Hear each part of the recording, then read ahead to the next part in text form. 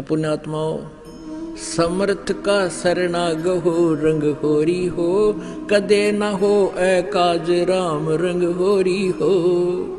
हमरा भक्त पे छोड़ी होई, तुम्हारा नाम ना लेवे कोई। परमात्मा कहते जब हमारे भक्ता पे आपत्ति आगी तो हमारा नाम कौन।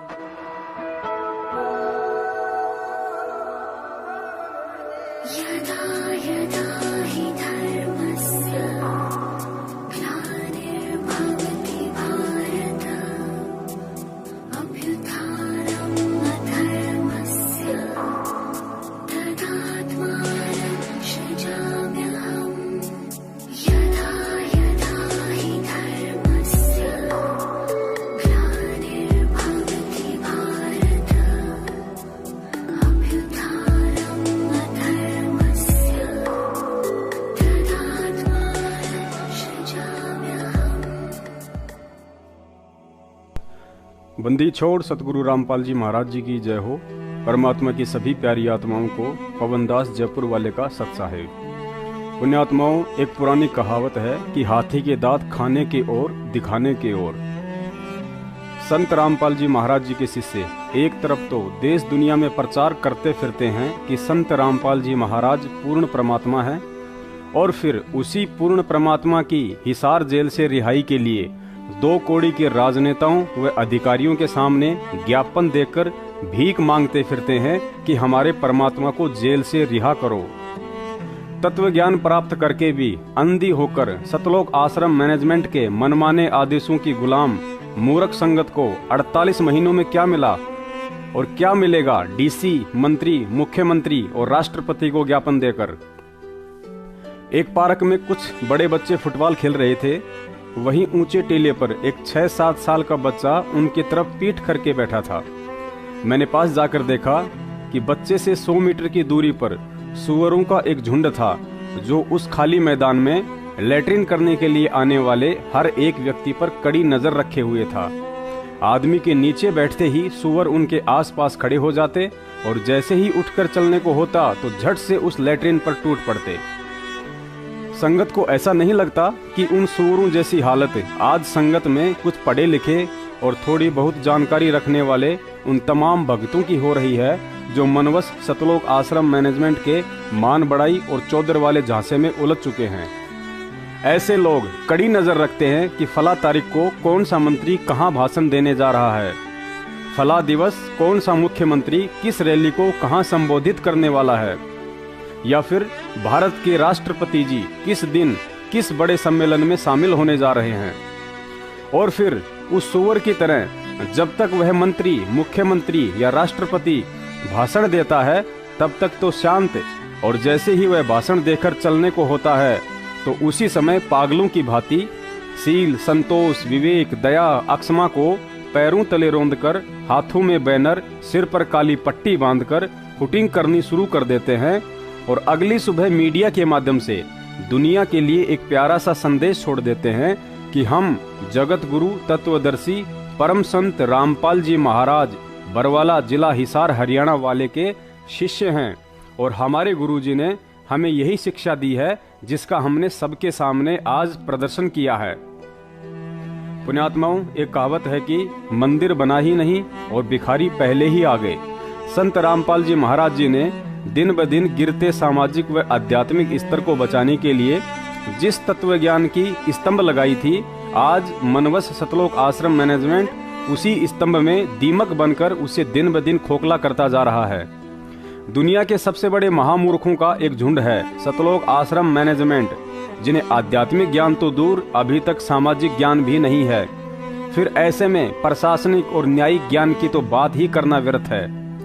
एक तरफ तो यह मूर्खों का झुंड हाथों में मिलावटी ज्ञान गंगा पुस्तक लेकर तत्व ज्ञानी बन जाता है और दुनिया को संदेश देता फिरता है कि संत रामपाल जी महाराज परमात्मा है, ब्रह्मा विष्णु महेश तो उनके चरणों की धूल है, वे सर्वशक्तिमान और सारी सृष्टि के रचयिता हैं। और दूसरी तरफ उन्हीं हाथों में काली पट्टी, बैनर और झंडे लेकर ब्रह्मा विष्णु महेश के चरणों की धूल मंत्री, मुख्यमंत्री और राष्ट्रपति को ज्ञापन देकर भीख मांगते फिरते हैं कि हमारे गुरुजी संत रामपाल जी महाराज जी को जेल से रिहा करवा दीजिए। यह मूर्खों का झुंड लाखों की संगत को भ्रमित करता फिरता है कि बरवाला कांड संत रामपाल जी महाराज जी की लीला है और वे हिसार जेल में लीला करने गए हैं। तो दूसरी तरफ ज्ञापन और रैली के माध्यम से प्रशासन को भड़काने के लिए उन्हीं भोले भक्तों को पाठ पढ़ाते हैं कि अपने गुरुजी के साथ सरकार ने अन्याय किया है और बरवाला कांड कुछ भ्रष्ट जजों की साजिश है जिसके खिलाफ हमने काला दिवस यानी ब्लैक डे मनाना है। अरे मनवस मूर्खो, यदि बरवाला कांड लीला है और जब तुम्हें यह पता था कि 18 नवंबर 2014 को गुरुजी हिसार जेल में लीला करने जा रहे थे, तो तुम अकल के अंधों ने उनकी लीला में कमांडो बनाकर बच्चों व महिलाओं को ढाल बनाकर क्यों बाधा उत्पन्न करके गुरुद्रोही वाले कार्य कर डाले और उस समय हजारों की संख्या में भोली संगत को भी ढाल बनाकर गुरुद्रोही बना डाला। फिर क्यों तुम लोग जगह जगह मंत्रियों को ज्ञापन देकर, रैलियां निकालकर और काला दिवस मनाकर सरकार को दोष दे रहे हो? फिर क्यों भोले भक्तों के कंधों पर बंदूक रखकर जगह जगह धरना देकर सरकार से सीबीआई जांच की मांग कर रहे हो? फिर क्यों वकीलों की फौज करके हिसार जेल में लीला कर रहे संत रामपाल जी महाराज जी की जबरदस्ती जमानत का नाटक करके उनकी लीला में बाधा उत्पन्न कर रहे हो? फिर क्यों बेचारे भोले भक्तों को वकीलों की फीस के नाम पर और दान के नाम पर लूट रहे हो? यदि दुनिया के सबसे बड़े मूर्खों के झुंड सतलोक आश्रम मैनेजमेंट के अनुसार संत रामपाल जी महाराज 18 नवंबर 2014 के दिन बरवाला आश्रम से हिसार जेल में लीला करने गए हैं, तो फिर क्यों हर साल 18 नवंबर को काला दिवस यानी ब्लैक डे मनाया जा रहा है? अगर संत रामपाल जी महाराज हिसार जेल में लीला कर रहे हैं तो 18 नवंबर के दिन काला दिवस अर्थात ब्लैक डे नहीं बल्कि लीला दिवस अर्थात लीला डे मनाया जाना चाहिए। अरे भाई, जब गुरुजी की लीला खत्म हो जाएगी तो वे अपने आप ही हिसार जेल से बाहर आ जाएंगे। फिर 4 सालों से यह मूर्खों का झुंड पालतू जानवरों की तरह इन नेताओं के आगे धूम हिलाते क्यों फिर रहा है? लेकिन इन्हें घास तो दूर, एक अनाज का दाना तक किसी नेता या अधिकारी ने नहीं डाला। फिर भी इनकी अक्ल ठिकाने नहीं आ रही है कि आखिर परमात्मा क्या चाहते हैं। हाँ, नेताओं के साथ खिंचवाई गई फोटो को व्हाट्सएप और फेसबुक पर डालकर यह जरूर दिखाते हैं कि हमने फला नेता को ज्ञापन देकर किला तोड़ दिया है। इन मनवस मूर्खों के टोल को अभी तक यह भी समझ में नहीं आया कि जब तुम्हारा खुद का रिश्तेदार जिनकी नौकरी है, गाड़ी है, बंगला है, जब तुम्हारे इतना ज्ञान समझाने से वह गुरुजी को परमात्मा ना मानकर और उन्हें ना पहचानकर उनकी शरण में नहीं आ रहा है, तो दुनिया भर की सुविधाओं से लैस मान बढ़ाई और चौधर में चूर उन नेताओं को क्या आफत आन पड़ी जो संत रामपाल जी महाराज जी की सीबीआई जांच करवाएंगे और उन्हें जेल से बाहर निकलवाएंगे। पढ़े लिखे नौजवान भक्तों को तो ये सब बातें समझ में नहीं आने वाली है, क्योंकि वे तो अपने आप को परम तत्वज्ञानी समझने लगे हैं। लेकिन भोली संगत से प्रार्थना है कि हमें इन मनवस पढ़े लिखे मूर्खों के झुंड से बचकर चलना है और गुरुजी के इस वीडियो के अनुसार हमें केवल परमात्मा पर ही विश्वास रखना है।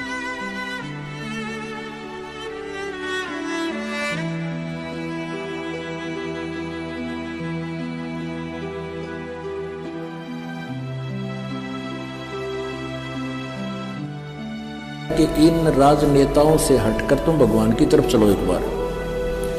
और ये फिर क्योंकि इन दिन में 100 झूठ बोलने पड़े हैं, क्योंकि 10 आदमी का काम नहीं कर सकता मुख्यमंत्री एक साल में भी ढंग से, और ये एमएलए वगैरह तक कर ही क्या सकते हैं। बस ये गणत थाने में जो अपने मत के होते हैं ना, उनकी सिफारिश कर देंगे, दूसरों के साथ अन्याय करवा देंगे, इतना ये कर सकते हैं। इससे अधिक इनका ब्योत नहीं है। कहने का भाव यह कि ये भी जरूरी है, आवश्यक है, ये अपना व्यवस्था बनाए रखने के लिए। और आप जी इनके पाछा अंडे जाओ हो, ये लुक जाए फिर जाओ ना, ये कुछ कर सकते ना विकास कर पाते, तो इनका पीछा छोड़कर मालिक की तरफ चलो। अब जैसे एक राजा था, वो विशेष बात होती है जिसके पास थोड़ा सा शारीरिक सुख हो जाए और घर में भी सुख हो, 2 पैसे हो जाए, वो बकवाद करा करे। राजा लोग पहले शिकार खेलने जाया करते, यानी अपनी वो पहले तीर तैयार होया करते उन दोनों, तो ऐसे अपनी तीर प्रैक्टिस भी करते थे और मृगों को, जंगली जानवरों को मारते थे निशाने ले लेकर, और फिर उनको घसीट लाते थे वो कुछ शेर शार रखा करते चिड़िया घर में, वहां डाल देते, कुछ आप खा लेते। तो ऐसे वो जंगल में घूम रहा था, रास्ता भूल गया, भूखा मरा था बुरी तरह। वो किसान खेतों में काम कर रहा था, वहां आ गया। उसने कहा भाई मैं बहुत भूखा हूं और भूख लगी है। तो किसान ने सारी रोटी उसको दे दी और भूखा मरा था, सारी खा गया। तो जब चलने लगा उस राजा ने कहा भाई मैं राजा हूं इस नगरी का, तेरा उपकार मैं भूल नहीं सकता, आपने मेरी जान बचाई है, ये मेरा कार्ड ले और जब भी तू मुझे मिलने आवे मेरे पास आना, सीधा आ जाएगा, तुझे कोई नहीं टोकेगा। तो किसान एक दिन सोचा चल अपने मित्र से मिलाएं और वह को सूखा पड़ गया, कुछ उसको राहत मांग के लावा। तो वहां गया तो राजा भी अपने बाहर आंगन में बैठा और ऐसे कोई क्रिया अपना धार्मिक कोई अनुष्ठान कर रहा था, भक्ति कर रहा था। अब वो किसान पहुंच गया, किसी ने टोका नहीं, वहां जहां वो कर रहा था वहां खड़ा हो गया। एक सिपाही से पूछा भी क्या कर रहा राजा, कि भगवान से अपने राज्य में सुख मांगे है और धन मांगता है। तो किसान बोला अरे तेरा गजब हुए, मैं तो भिखारी के पास आ गया, उल्टा चल पड़ा कि मैं तो इस तो मांग रहा था, यू आप भिखारी पाया मैंने, तो मैं उसी से क्यों ना मांग लूं जिससे ये मांग रहा है। वापस आया। बरवाला कांड में भी इसी झुंड ने आप और हमें मोहरा बनाकर न्यायपालिका के खिलाफ भड़काकर गुरुजी को जेल भिजवा दिया था और आज उम्र कैद करवा डाली। और अगर संगत हिसार तारीखों पर जाकर वे इन पाखंडियों को दान देकर ऐसे ही नादानी और मूर्खता की हद पार करती रही तो आने वाले दिनों में देशद्रोह और करोथा मर्डर 302 के मुकदमों में भी अच्छे नतीजे आने की उम्मीद नहीं है। और आज भी यही मनवस झुंड आप और हमें मोहरा बनाकर फिर उसी तरह नेताओं की रैलियों में ज्ञापन के बहाने हुटिंग करके उन्हें भड़काकर गुरुजी के मुकदमों को और अधिक उलझाने की तैयारी में है। साथ ही मनमुखी नाम शुद्धिकरण और सतनाम प्राप्ति के बहाने भी भोली संगत को हिसार में तारीख वाले दिन भीड़ इकट्ठा करके प्रशासन व न्यायालय को भड़काने का पुरजोर प्रयास किया जा रहा है। और इस प्रक्रिया में संगत के कुछ पढ़े लिखे नौजवान मनवस मूर्खों के टोल सतलोक आश्रम मैनेजमेंट के अधिक शिकार हो रहे हैं, जिन पर काफी संख्या में संगत विश्वास करती है। संगत से प्रार्थना है सतगुरु का यह भक्ति मार्ग देखा देखी में चलने व फैसले लेने का नहीं, ज्ञान आधार का है।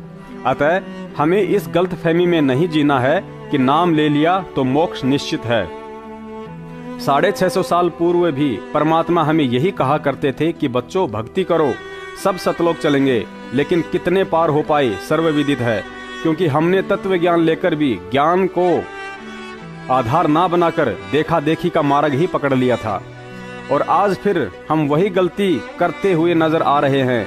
ज्ञान आधार को छोड़कर किसी भी बात या आदेश पर विचार ना करके उसे गुरुजी का समझकर चल पड़ते हैं और यही देखा देखी हमारे पतन का कारण बन रही है।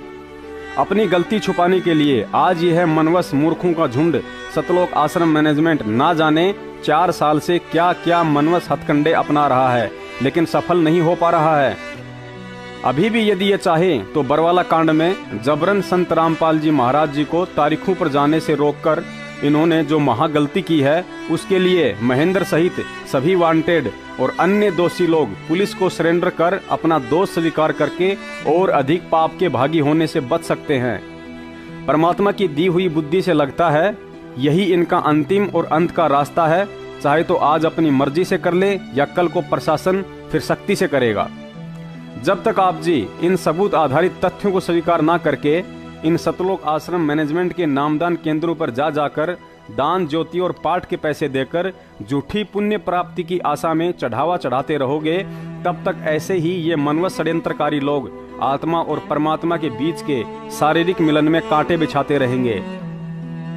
संगत दिन प्रतिदिन अज्ञानता में इन कुपात्रों को दान का रुपया देकर आर्थिक रूप से और पेशी वाले दिन हिसार जाकर शारीरिक रूप से मजबूती दे रही है और इनकी यही मजबूती सतगुरुदेव जी के मुकदमों पर भारी पड़ रही है। यहाँ कोई ये ना समझे कि सतलोक आश्रम मैनेजमेंट हरियाणा के गले की घंटी बन चुके सत्सेवक समर्थ सतगुरुदेव जी को निर्बल और असहाय साबित कर रहे हैं। नहीं भक्तों नहीं, हमें ज्ञान आधार से यह भी समझना होगा कि सतगुरु तो समर्थ है, लेकिन इस वक्त वे जिस भूमिका में तत्वदर्शी संत के वेश में आकर ज्ञानोपदेश दे रहे हैं, उसके अनुसार उन्हें अपनी पहचान ज्ञान आधार से करवानी है, ना कि चमत्कार या काल भगवान के अवतारों की तरह जबरन विध्वंस करवाकर, जैसे कि महाभारत, रामायण और बरवाला कांड। अगर परमात्मा ने ऐसे ही करना होता तो आज खेल ही कुछ और होता और ज्ञान आधार से दूर हम सब लूले, लंगड़े, अज्ञानी सतलोक की आशा छोड़ अपने सुख व स्वार्थों के लिए ही उनके आसपास चिपके रहते और कभी भी सतलोक नहीं जा सकते थे। जैसा कि वर्तमान में जिस राह पर मनवश सतलोक आश्रम मैनेजमेंट स्वयं भी चल रहा है और अपने चमचों, फर्जी नामदान संचालकों तथा जिला व स्टेट कोऑर्डिनेटर्स को चला रहा है। संगत को अपने दिलों दिमाग से गुरुद्रोही सतलोक आश्रम मैनेजमेंट के लठेतों और मध्य प्रदेश के सारनामी विष्णु साहू जैसे गुंडों का भय निकाल फेंकना होगा। इनकी थोती धमकियों और गुरुद्रोही वाली उपाधियों से ऊपर उठकर ज्ञान आधार से निर्भय होकर स्वयं ही नहीं बल्कि अपने अन्य भगत भाई बहनों को भी इन काल एजेंटों के चक्कर व्यूह से निकालना होगा, जो अज्ञानता व सही जानकारी के अभाव में अभी भी इन्हीं कुपात्रों को सच्चा गुरु भगत समझकर इनके व्यापारिक संस्थानों अर्थात नामदाल स्त्रों की अनजाने में शोभा बढ़ा रहे हैं और पाठ, ज्योति व दान के रूप में इन्हें पैसा दे रहे हैं। पुण्यात्माओं, तत्वज्ञान आधार से अपने अपने बुद्धि स्तर से अवश्य विचार करें कि हम सभी सत्सेवक भी भगत हैं। हमें भी डर लगता है कि यदि अनजाने में भी कोई गलती हो गई तो भक्ति का नाश होता है, लेकिन सभी सबूत देखकर और आंखों के समक्ष घटित हो रही घटनाओं को देखकर यदि एक भगत सत्य कहने की हिम्मत नहीं रखता या किसी के डराने धमकाने से कायरता दिखाता है, तो ऐसे व्यक्तियों के लिए ही परमेश्वर कबीर साहिब जी ने यह वाणी बोली है कि या तो जननी संत जने के दाता के सूर, नहीं तो रहले बांजड़ी क्यों व्यर्थ गवावे नूर। अर्थात माता के गर्भ से भगत, दानवीर और सूरमा व्यक्ति जन्म लेता है तो ठीक, वरना उस माता का बांझ रहना ही ठीक है, जो व्यर्थ में कायरों को जन्म देकर इस पृथ्वी पर बोझ बढ़ाती है। अब निर्णय स्वयं संगत के हाथ में है कि वे सतगुरु के मुख कमल से ऊपर वीडियो में कहे गए वचनों को सच मानकर सत्य का संग करते हुए ज्ञान आधार से अपनी भक्ति और सत्य प्रचार की सेवा करती है, या अंधी होकर इन षड्यंत्रकारियों के बहकावे में आकर समर्थ परमात्मा की रिहाई के लिए 2 कौड़ी के नेताओं और अधिकारियों को ज्ञापन देने की नौटंकी और उनके सामने हाथ फैलाकर सतगुरुदेव जी की जमानत की भीख मांगकर हिसार जेल में बैठे समर्थ सतगुरु को अपने जैसा एक सामान्य जीव समझने की गलती करती है। यहाँ को ये ना समझे कि मैंने तो संत रामपाल जी महाराज जी का नाम ले रखा है और मैं तो भगत हूँ और उपरोक्त बांजड़ी वाली वाणी मेरे ऊपर चरितार्थ नहीं होती है। मात्र इतना सोचना भी हमारी बहुत बड़ी भूल है। परम संत रामपाल जी महाराज जी से नाम लेते ही कोई भगत नहीं बन जाता है। हम उनके भगत उस दिन कहलाते हैं जिस दिन उनके तत्व ज्ञान को आधार बनाकर निर्भय और निष्पक्ष होकर इस भक्ति मार्ग पर चलने की हिम्मत कर पाते हैं। अन्यथा हम स्वयं और हम सब की माताएं अभी भी उसी उपरोक्त बांजड़ी वाली परिभाषा में ही है। हम भगत हैं या नहीं, इस बात को परखने का एक सीधा सा फार्मूला ऊपर सतगुरुदेव जी की वीडियो है, जिसमें सतगुरुदेव जी ने बरवाला कांड का दोषी सीधा सीधा राष्ट्रीय समाज सेवा समिति अर्थात सतलोक आश्रम मैनेजमेंट हरियाणा को ठहराया है। और इसी मैनेजमेंट और राष्ट्रीय समाज सेवा समिति ने सभी नामदान स्थल खोल रखे हैं तथा संगत को पेशी वाले दिन हिसार भी यही लोग भेजते हैं।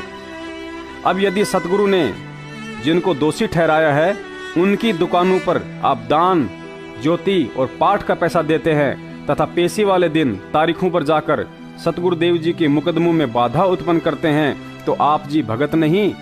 और अभी आपने अपनी अपनी माताओं को उसी बांजड़ी वाली श्रेणी में खड़ा कर रखा है जो सतगुरुदेव जी ने ऊपर अपनी वाणी में संज्ञा दी है। बाकी अभी भी आप जी नहीं समझना चाहें तो आपकी अपनी मर्जी और अज्ञानता। सत साहिब।